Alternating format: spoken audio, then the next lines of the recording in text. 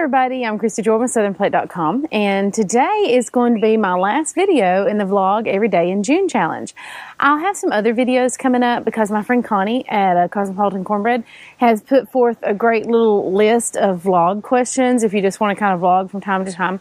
So I'm planning on doing more. I'll just do them as the mood hits me. I'll try to do at least one a week.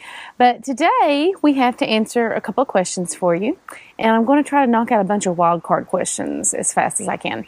First, the question on June 29th, which was yesterday, I'm going to have to skip.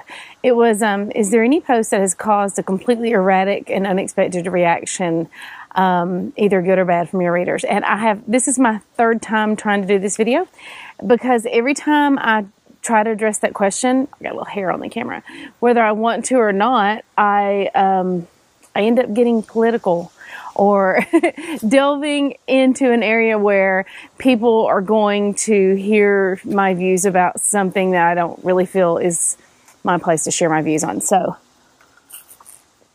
we're skipping that question. Moving right along. June 30th. What is the best part of being a food blogger? The best part of SouthernPlate.com for me has been getting to see what kind of people are in the world, getting to see the good people in the world.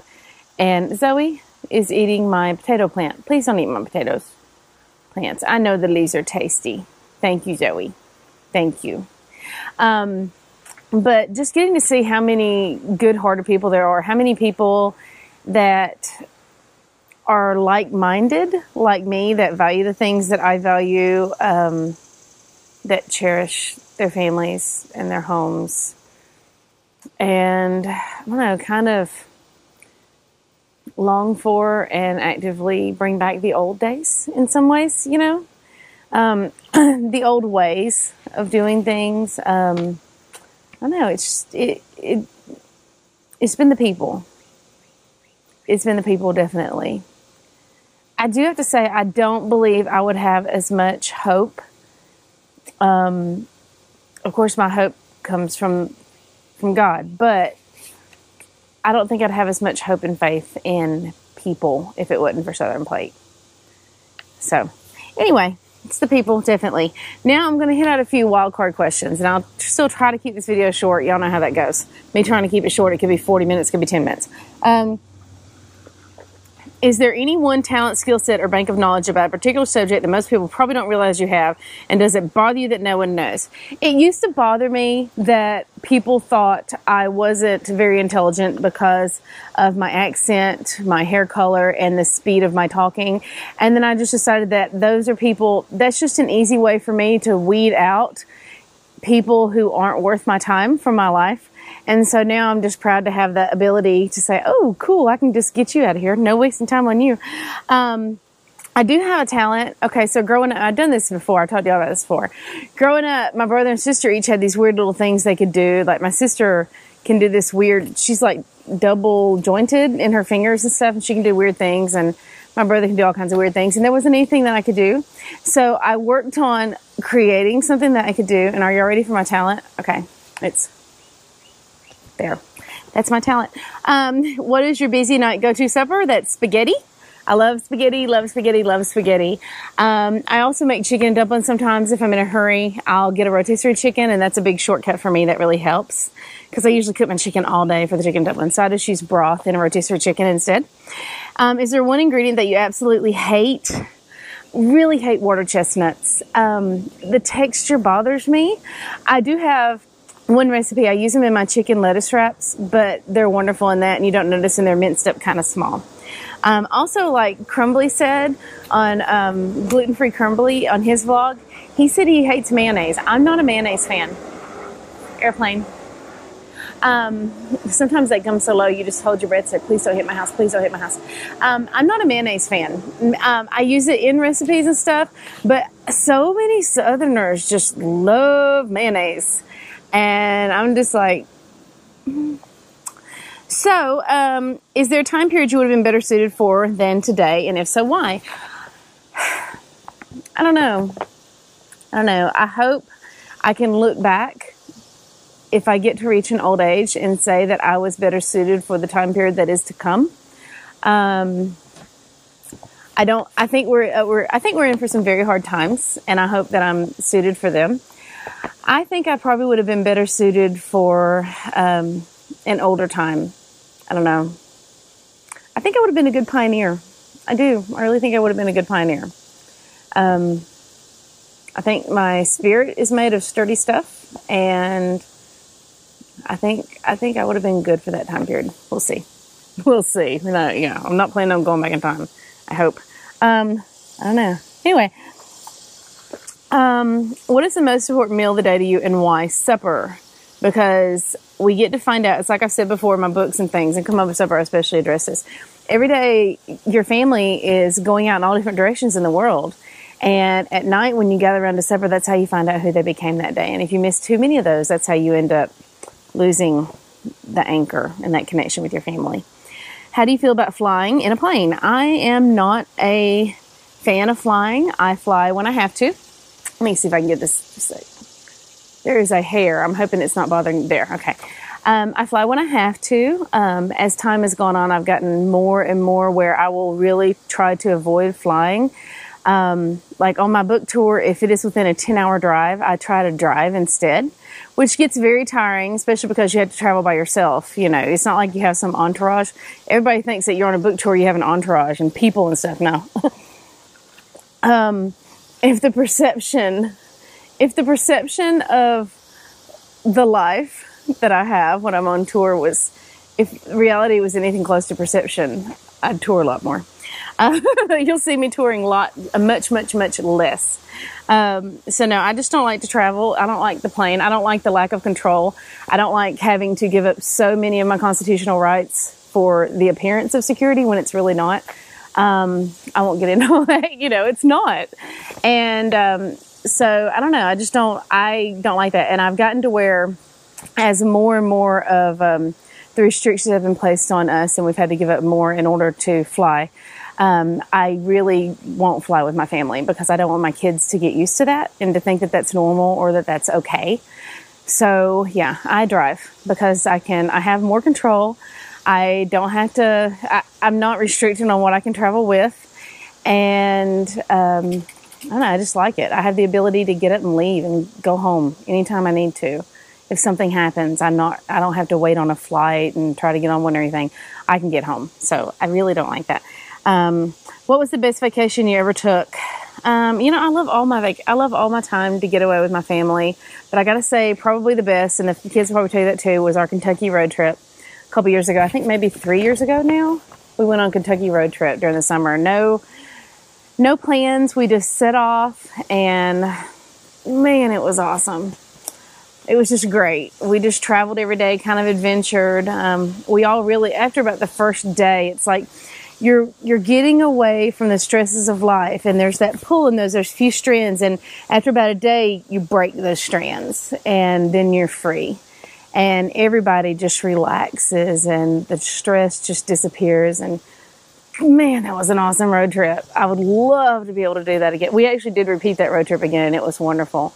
We're not doing our road trip this summer because my son turns 16 next Monday. And we just found out that even if he didn't even get his license that day, just the fact that he turned 16, our insurance is going to double.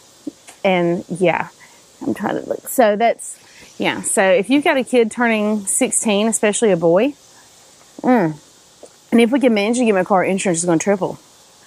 So, woohoo. I'm probably going to be walking. I've really considered, okay, maybe my life would be better if I didn't have a car. Maybe I'll just give him my car because he's the one that has to go so many places and he's rambling all the time. So I'm seriously thinking of just giving him my car and me just not having a car anymore. I could have one in the evenings and stuff. We'll see. My life would probably be better. I wish he needed a cell phone. I would give him my cell phone.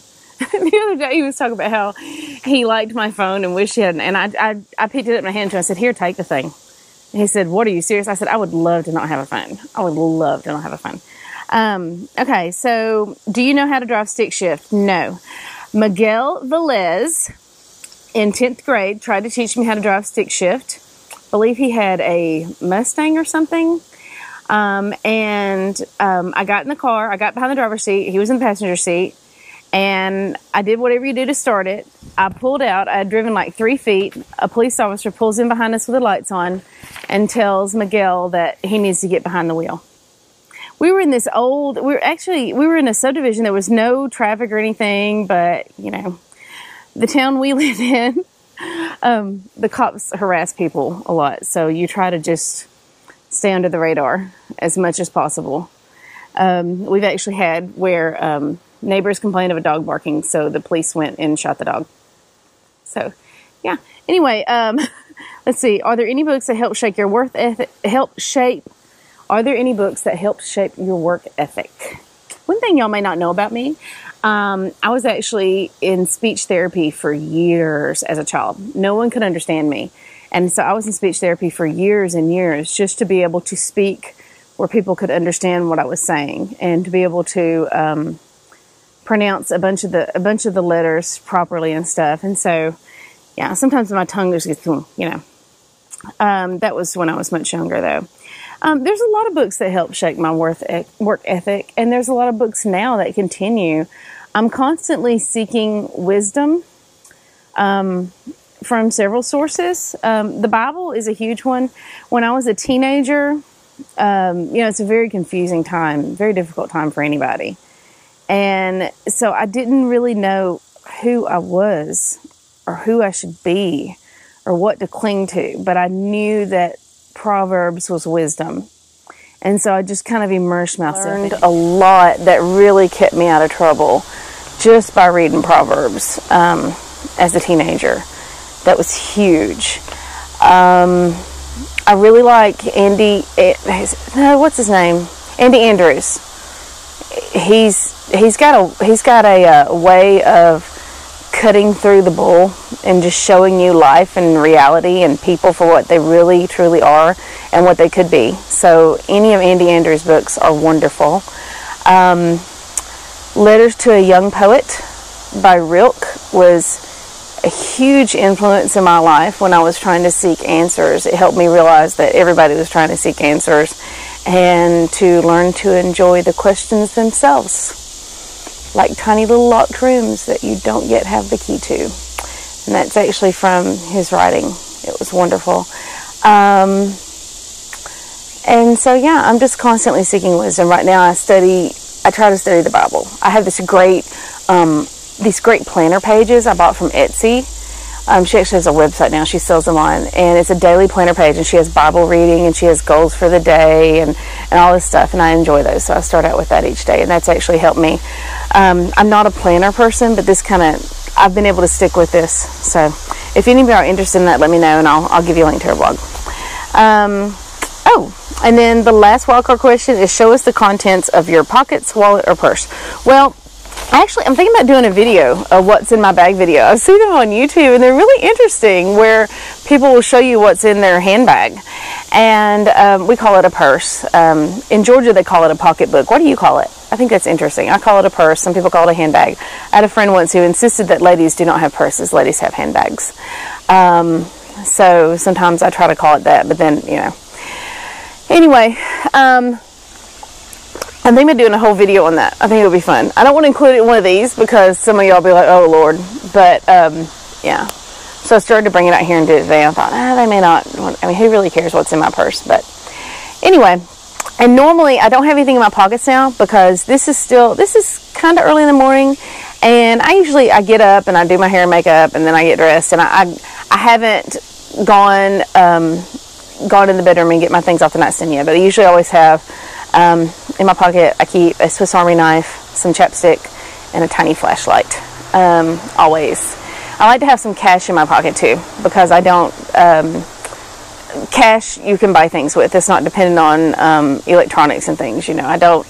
ATMs go down. You can't always. If you have all of your money, if the only way you can access it is a plastic card, you are not in a good spot. Are y'all paying attention to what's going on in Greece? I hope you are. Research that and look into it. What would you do if suddenly your country announced that all banks would be closed for a week and that ATM withdrawals were limited to the equivalent of $67 US per day? That's all you could get out. And for that, you would have to take off work and stand in line for hours. Then you find out day 2, which is where they are now, that all the ATMs are out of cash. So you have no way to get to any cash for the rest of the week. Yesterday, if you were lucky, you could have gotten $67 out. What would y'all do? How would y'all get by? Would y'all get by just fine? It's something to think about. So that's what's going down in Greece right now. So definitely pray for people of Greece. You know, this is something that has been coming for quite some time. And so hopefully they had an opportunity to know about it and try to prepare as best they could, you know. But hopefully they did. Hopefully families are going to be okay.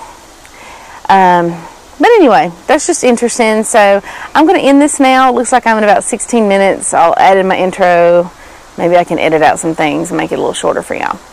And y'all have a great day. Thank you so much for tuning in this month to my challenge. Thank you to everybody who took part of it. There are some great videos. I hope y'all get to watch those soon. And just check out the other blogs. It's a great opportunity to get to know all these people. I've really enjoyed watching everybody else's videos. So y'all make sure you tune in, and I'll do some more of these coming up. So just subscribe to my YouTube channel. Hit like on this video if you like it. And, oh, if y'all get a chance, check out my daughter. We have a video up of her and her best friend from yesterday. It's a fun little video, a 10-year-old's perspective on life and friendship and growing up. And it's only about 3 minutes long, so it was a very fun video. And I put that on Katie's own channel. She wants to be a YouTuber. She wants her own channel. So I did set her up a channel, but y'all need to know I'm the one who owns the channel. I'm in charge of the channel. I'm in charge of all the content that goes on the channel. Technically, it's her channel, but she will get control over that channel in years from now, not now. But she does have her own YouTube channel, and she's planning on doing some videos and stuff, which I will, of course, be filming, monitoring, producing. So if y'all get a chance, check out her channel. I will put a link below this video on Southern Plate. If you're watching this on Southern Plate, I'll probably put the video right above this one so you can watch it. If you're watching this on YouTube, I'll put a video below below this on YouTube, and her channel is Katie Sparkle. And if you get a chance, like and subscribe to her videos. She would love that. That would thrill her. And we will talk to y'all later. Have a wonderful day. Love you all. Go make the best of it. It has been given to you as a gift. It is up to you what you do with it. Bye-bye.